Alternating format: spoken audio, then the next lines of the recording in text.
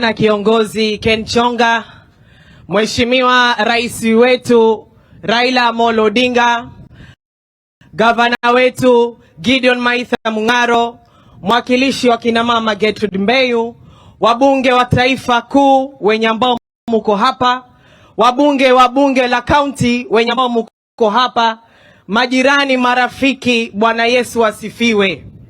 Assalamu alaikum. Mimi leo nimekuja hapa kuweza kuomboleza na nyinyi watu wa Kilifi South, na waambia poleni kwa kuweza kumpoteza mzee wetu.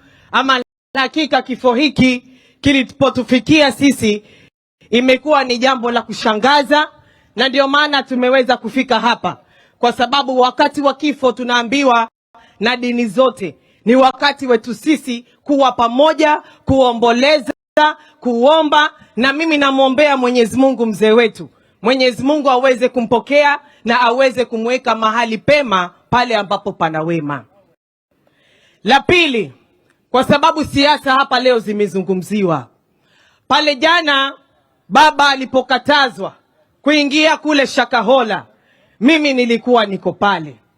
Lakini jambo la kusikitisha, kwa sababu sisi kama viongozi, wakati jambo la Shakahola lilipolipuka, mzee Raila Amolo Odinga alikuwa hayuko Kenya, alikuwa yuko Dubai. Amefika hapa, sisi kama viongozi wa Kilifi County tumezungumza na baba, akaacha ratiba zake zote, akasema wacha nifike Kilifi niende nikaangalie kule Shakahola kunaendelea nini.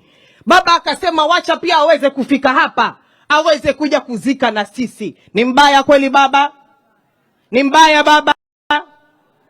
Cha kusikitisha, pale tulipofika pale Shakahola, mapolisi walitumiwa vibaya na bosses wao kule juu. Hatukumaliza hata dakika 10. Tulipofika pale, lori 2 za mapolisi zikaja zikakita kambi pale, ili kuweka kambi sisi viongozi wa Kilifi County tusiingie pale katika lile Shakahola, pale katika lile shamba, ili kukita kambi Raila Amolo Odinga asiweze kuingia pale. Sisi tunaiuliza serikali ya Kenya Kwanza, kuna jambo gani ambalo wao wanaficha? Na kuna jambo gani ambao wanafanya mpaka Raila Amolo Odinga wanamkataza asiingie pale?